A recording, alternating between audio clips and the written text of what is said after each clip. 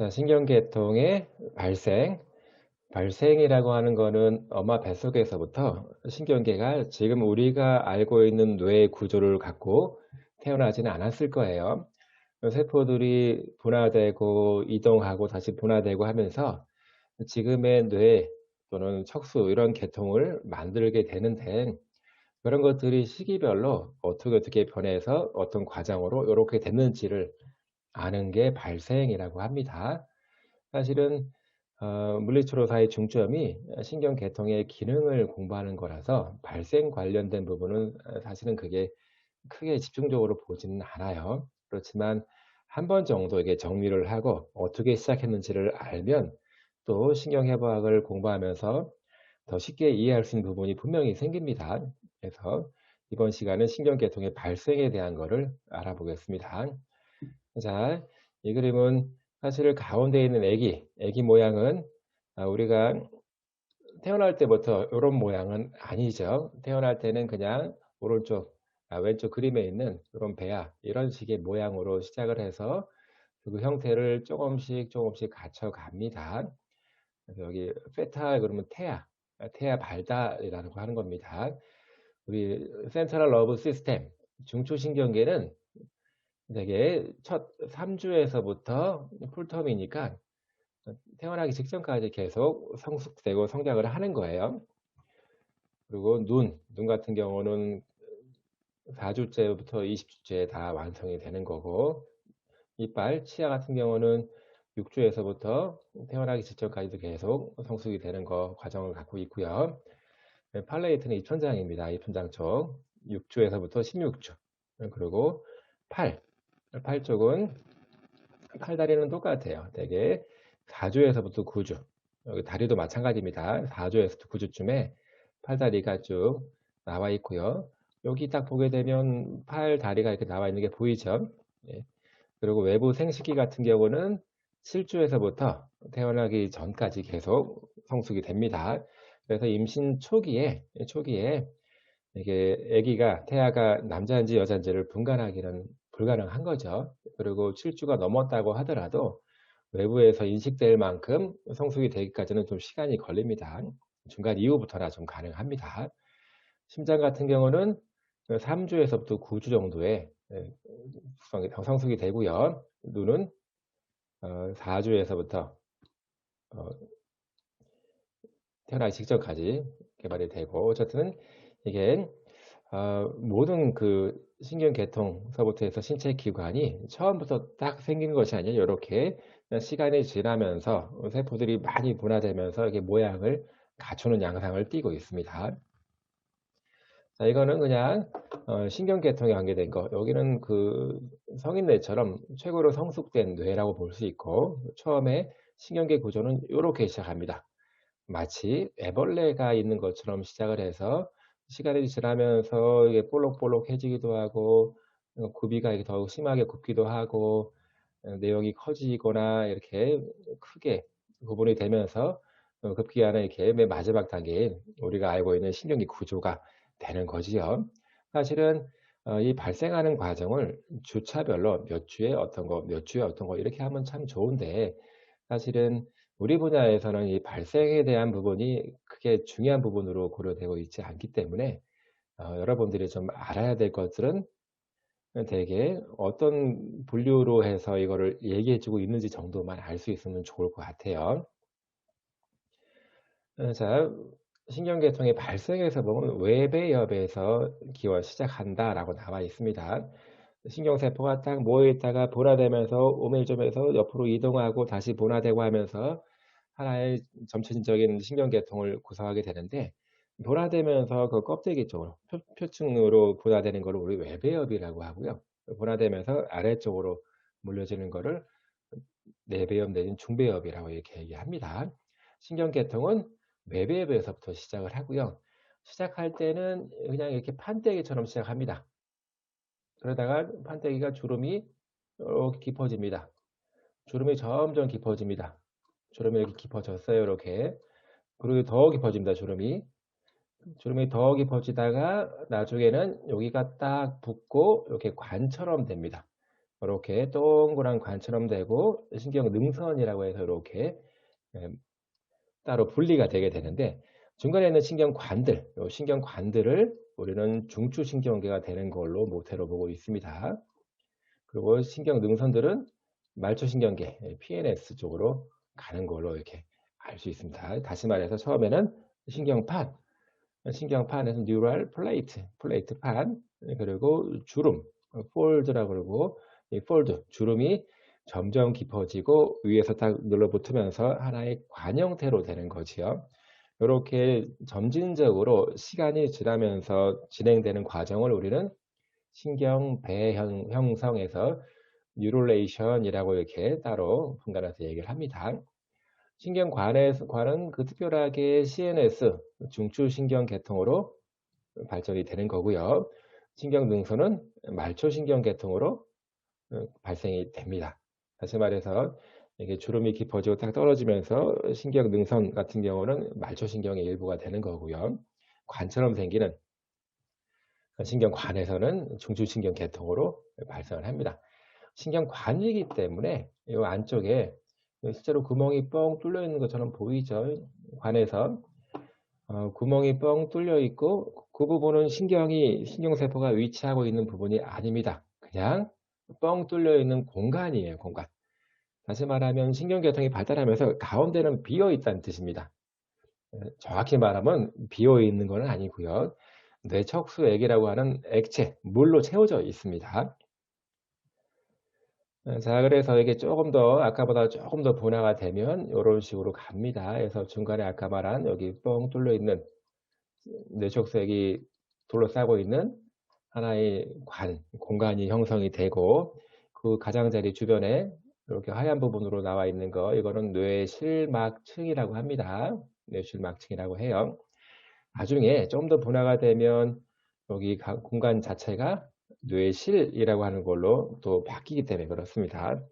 그리고 회색 부분을 여기를 외투층, 멘틀층 이렇게 얘기를 하고요. 맨 끝머리 비교적 희끄무리한 부분을 가장자리층으로 이렇게 얘기를 합니다. 요게 좀 시간이 지나면 이렇게 분화가 되는 거고요. 자, 첫 번째 왼쪽 그림에서보다 오른쪽 그림이 다른 게 하나가 있어요. 자, 관 안쪽에 이렇게 움푹 파이기 시작합니다. 이렇게. 우리는 파인 부분, 안으로 이렇게 들어가 있는 부분을 고랑이라고 합니다. 고랑. 예, 농촌에 가보면 밭이 이렇게 돼 있잖아요. 나와의 튀어나온 부분을 이랑이라고 하고요. 이렇게 들어가 있는 부분, 여기 들어가 있는 부분을 우리는 고랑이라고 합니다. 표면적으로 들어가 있기 때문에 고랑에서 여기를 경계고랑이라고 이름 붙입니다. 경계고랑, 경계란 말이 들어갔습니다.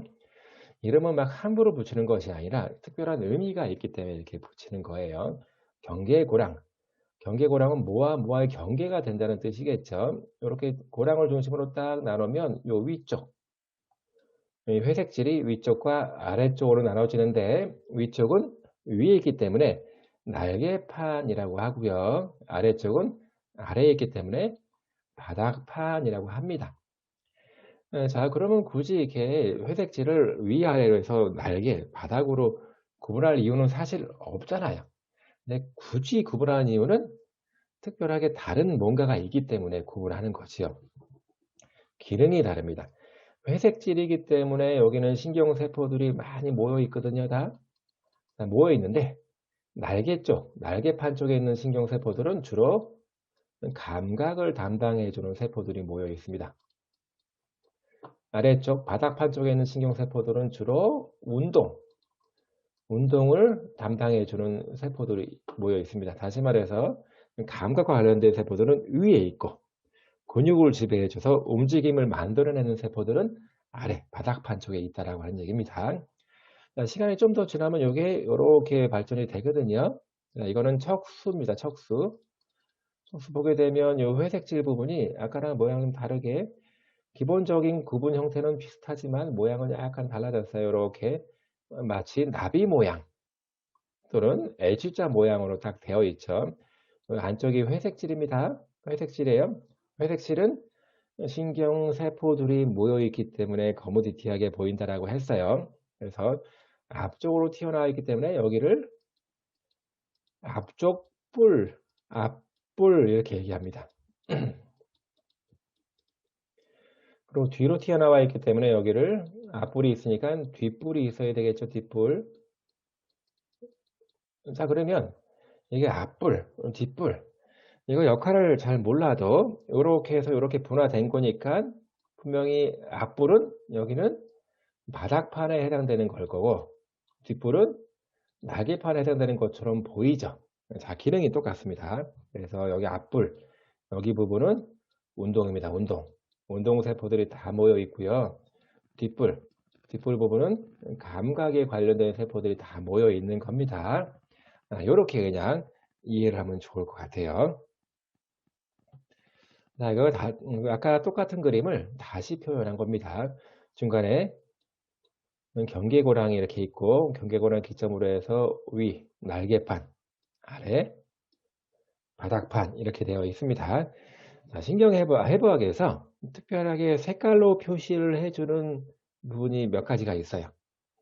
자, 빨간 색깔 표시는 동맥, 혈관 중에서 동맥 혈관을 빨간색으로 표시를 합니다.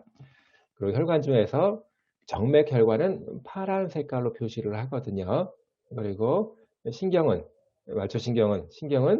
노란 색깔로 표시를 하고 림프는 하얀 색깔로 표시를 하는데 신경계 안에서 빨간 색깔로 대략 표시를 했다. 그거는 신경 중에서 운동신경에 관련된 거를 빨간, 불구스름한 그런 색깔로 표시를 하고요. 감각과 관련된 이런 신경들은 파란 색깔을 입혀서 이렇게 파란색 같은 계열을 입혀서 설명을 합니다.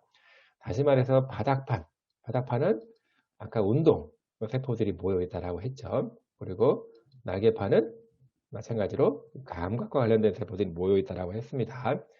날개판 그러면 감각, 바닥판 그러면 운동, 그리고 앞뿔, 날개판은 뒷뿔 이렇게 정리를 하면 특별하게 외우지 않아도 됩니다.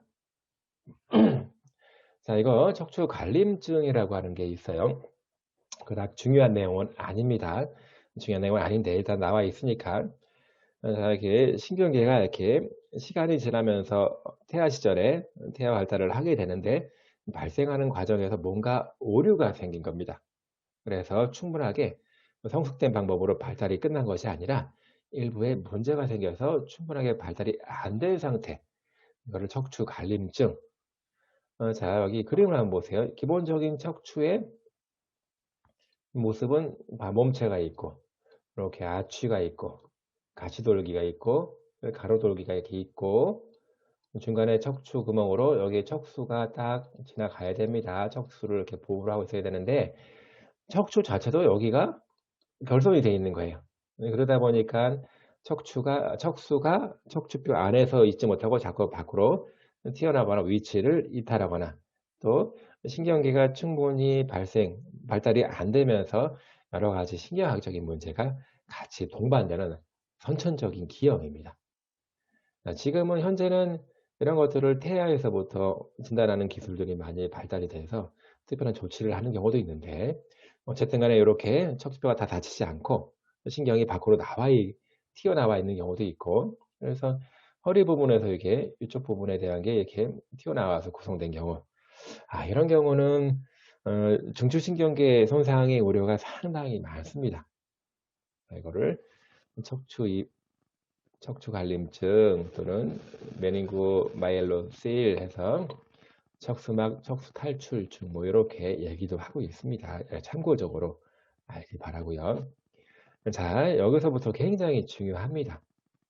여러분들이 엄청나게 중요하게 봐야 될 부분이 여기서부터입니다. 자, 아까 신경관처럼 해서 발생이 되면서 분화되고 커지고 구비가 생기면서 지금 여러분들이 가지고 있는 중추신경계의 모습을 띈다라고 했지요. 그래서 이거는 되게 처음이랑 나중 모습, 나중 모양이 형태가 다릅니다. 그래서 그 이름에 대한 거를 여러분들이 좀 잘 알았으면 좋겠고요. 이게 분화되고 시간이 지나면서 어떤 구조로 바뀌어가는지를 같이 매칭해서 아는 게 제일 중요합니다. 자, 첫 번째는 지금 5주차 때 대략 A와 같은 모습을 띱니다. 여기 소포라고 했는데 이거는 주머니라는 뜻입니다. 아까 대략 안쪽에 관처럼 되어 있기 때문에 요런 식의 안쪽이 약간 비어 있습니다. 비어 있어요. 물론 물이 채워져 있지만 신경세포들이 꽉 채워져 있는 게 아니기 때문에 이런 형태를 하나의 주머니로 본 거예요. 그래서 이 1차 뇌소포, 뇌주머니를 보니까 5주차 때 보니까 커다랗게 볼록 튀어나온 게 하나 생기고요. 또 중간 부분에 볼록 튀어나온 거 있고 뒷부분에서 이렇게 있는 거 이런 게 생겨 있어요. 그래서 앞에서 볼록 튀어나온 거 앞이기 때문에 앞뇌, 프로젠세팔론, 프로젠이 앞이란 뜻이고요. 세팔론이 뒤란 뜻입니다. 자, 중간뇌. 중간에 있기 때문에 중간뇌, 매젠이 중간이란 뜻이고 세팔론이 뇌란 뜻입니다. 자, 그리고 마름뇌. 롬벤이 마름 먹고를 얘기하는 거고요. 세팔론이 뇌란 뜻이고 딱 보니까 이렇게 마름 먹고처럼 아주 딱 분명하게 보이진 않아요. 자, 이름은 그냥 마름모처럼 생겼다 해서 마름뇌라고 했는데 이렇게 보이지 않아도 여러분들은 이런 이름을 보고 자꾸 그렇게 보려고 노력을 해야 됩니다. 자, 굳이 영어 이름까지 다 얘기한 얘기는 이유는 여러분들이 한글 이름도 좋지만 영어 이름도 좀 알길 바래요. 알길 바랍니다. 해서 영어로도 좀 같이 알았으면 좋겠고 그리고 아래쪽에는 스파이널 코드로 이렇게 이어지고 있습니다. 자, 이게 좀 더 지나면 한 7주쯤 되면 2차 뇌소포에서 완전히 다른 형태를 띱니다. 일단은 이런 사이즈가 좀 커지고 울퉁불퉁한 게 더 많이 생기고 구비가 더 많이 생깁니다. 이렇게. 자, 그러면 1차 때랑 비교해서 앞뇌가 이렇게 된 거예요. 여기 커다랗게 되어 있는 거 그리고 여기 중간에 사이 끝뇌 끄트머리에 있다는 뜻이겠죠. 텔렌 우리 텔레폰 전화했잖아요. 먼 데에서부터 오는 그 전파를 송출을 받아서 그거를 같이 구현하는 거를 텔레폰 전화라고 하잖아요. 그래서 멀다, 끄트머리다 이런 뜻입니다. 끝뇌가 있고 여기 사이뇌 이름 그대로 어디 사이라는 뜻이잖아요. 지난번에 이걸 한번 생각해 볼 필요가 있습니다. 되뇌 방구는 두 덩어리가 있잖아요. 두 덩어리 사이가 우리는 사이뇌라고 불렀죠. 여기도 마찬가지입니다. 끝내도 옆에서 볼 때는 한 개처럼 보이지만 양쪽에 이렇게 두 개가 있는 거예요. 그 중간에 있는 게 사이뇌가 되는 겁니다. 그냥 그림으로 보면 한 덩어리처럼 보이지만 사실은 양쪽 덩어리가 겹쳐서 있는 거다라고 생각하면 좋을 것 같고요. 앞뇌는 이렇게 끝뇌랑 사이뇌로 구성이 되어 있는 거고요. 중간뇌는 그냥 그대로 중간뇌가 됩니다. 그리고 마름뇌가 약간은 복잡하게 여러 개로 분화가 됐습니다. 이쪽 부분을 뒤쪽 뇌, 그리고 여기를 숨뇌, 마름뇌는 이렇게 두 개로 분화가 됩니다. 자, 그러면 여기 끝뇌. 이거는 나중에는 아까 말을 했던 것처럼 되뇌 방구가 됩니다. 뇌는 양쪽 두 덩어리라고 했잖아요. 그래서 되뇌 방구가 되는 거고 사이뇌는 그대로 사이뇌. 그래서 시상, 살라버스 들어본 적이 있을 거예요. 시상과 그 주변을 구조를 구성하고 있고 중간뇌는 그대로 중간뇌가 됩니다. 미드브레인이 되는 거고 여기 뒤뇌 여기 뒷부분은 이거는 소뇌로 분화가 되고요. 뒤뇌의 앞부분은 다리뇌가 됩니다. 다리뇌. 그리고 요 숨뇌는 그대로 숨뇌가 됩니다. 자, 이런 거의 관계를 여러분들이 잘 설정해서 아는 게 여기서는 제일 중요한 거예요. 자, 1차 뇌소포 때 보면 앞뇌, 중간뇌, 마름뇌에서 프로젠세팔론, 메젠세팔론, 롬벤세팔론이 되는 거고요. 그리고 아래쪽은 스파이널 코드, 척수가 되는 거고 앞뇌, 프로젠세팔론은 끝뇌랑 사이뇌, 텔렌세팔론과 디엔세팔론으로 분화가 되는 겁니다. 그리고 중간뇌는 그대로 중간뇌가 되는 거고 롬벤세팔론, 마른 뇌는 뒤뇌, 그리고 숨뇌가 되는 겁니다. 자, 이후에 완전하게 이제 발생이 끝나게 되면 끝뇌는 되뇌 방구가 되는 거고 사이뇌는 그대로 사유뇌에서 시상과 그 주변 구조를 형성하게 되는 거고 중간뇌는 그냥 중간뇌 말만 바꿔서 미드브레인이 됩니다. 그리고 뒤뇌는 다리뇌와 뒤에 붙어 있는 다리뇌 뒤에 붙어 있는 소뇌가 되고 숨뇌는 그 아래쪽에 숨뇌가 됩니다. 다시 말하자면 이렇게 해서 1차, 2차 그리고 발생이 완료된 그 시점에서의 구조물에 대한 것을 이어서 공부를 하는 게 좋을 것 같습니다. 자, 그리고 뇌실에 대한 거를 얘기할 거예요. 같이 따라서 같이 공부해 주면 좋아요. 자, 아까 뇌가 분화할 때 처음에는 관처럼 분화가 됩니다. 이렇게 동그란 관처럼 됩니다. 요 안쪽에는 텅 비어 있는 것이 아니라 뇌척수액이라고 하는 액체로 채워져 있습니다. 나중에는 뇌척수액에 대한 기능도 다시 자세하게 얘기할 때가 있을 거예요. 여기 분화가 되면서 되뇌 방구도 되는 거고 뇌줄기도 되는 거지요. 자, 그러면 어, 되뇌든 뇌줄기든 척수든 간에 이게 관 형태 안쪽에 이렇게 이런 공간들이 있는데 되뇌 방구는 끝내가 커지면서 되뇌 방구가 커지면서 요 공간도 같이 커져요. 옆에서 보니까 이렇게 손가락을 마치 이렇게 벌리고 있는 것, 이렇게 벌리고 있는 것처럼 보이죠. 이거를 앞에서 보니까 이렇게 이런 식으로 이렇게 보입니다. 되뇌 방구 커지니까 그 안에 공간도 같이 커진 거예요. 자, 그래서 이렇게 일단은 되뇌 방구 안쪽에 있는 공간도 하나씩 왼쪽 하나, 오른쪽 하나 모양 똑같습니다. 그리고 그 아래쪽을 보니까 이렇게 옆에서 볼 때는 넓게 퍼져 있죠. 넓게 퍼져 있습니다. 앞에서 볼 때는 관처럼 보이긴 하는데 넓게 퍼져 있는 거. 이것도 관이 아니라 이렇게 관처럼 가다가 이렇게 넓게 퍼져 있는 거를 우리는 방으로 불러요. 방. 그래서 뇌실이라 부릅니다. 뇌실. 일단은 되뇌 방구 안쪽에는 뇌실이 이렇게 두 개가 이렇게 있는 거예요. 뇌실이. 그리고 그 요것도 뇌실이 됩니다. 뇌실. 그리고 뇌 줄기 쪽 아래쪽에 보니까 옆으로 또 이렇게 퍼져 있는 게 보이죠? 앞에서도 이렇게 다이아몬드 모양으로 보입니다. 요것도 뇌실이 되는 거예요. 뇌실. 퍼져 있기 때문에. 중간중간에 넓게 퍼져 있지 않고 관처럼 보이는 것들도 있어요. 요 부분은 관처럼 보이잖아요. 여기요, 관. 여기도 관처럼 보이잖아요. 자, 그래서 여기 중간내 부분에는 뇌실처럼 퍼져 있지 않고 관입니다. 그래서 이거를 중간수도관 또는 중뇌수도관이라고 얘기를 합니다. 그리고 척수에서는 가운데 쪽에 관이 있기 때문에 센트럴 커넬, 중심관 이렇게 얘기를 하고 있습니다. 자, 뇌실, 관이 넓게 퍼져 있는 걸 우리는 뇌실이라고 이렇게 불렀어요. 그럼 뇌실은 이렇게 보면 네 개죠. 여기 한 개, 두 개, 그리고 요거 세 개, 요거 네 개가 되잖아요. 이렇게. 그러면 이를 번호로 해서 1번 뇌실, 2번 뇌실, 3번, 4번 뇌실 이렇게 부르면 편할 텐데 자, 요거 대뇌 반구 안쪽에 파묻혀 있는 뇌실을 보니까 모양도 똑같고 크기도 똑같고 위치도 똑같아요. 그러면 어떤 거를 1번으로 할까요? 오른쪽 거 1번, 왼쪽 거 2번? 잘 합당치가 않죠. 그래서 되뇌 방구에 딱 이렇게 들어가 있는 뇌실은 번호를 안 붙이고 그냥 가쪽 뇌실이라고 이름을 붙이고요. 그 세 번째, 네 번째만 이렇게 번호를 붙이는 겁니다. 뇌실은 전체 4개다.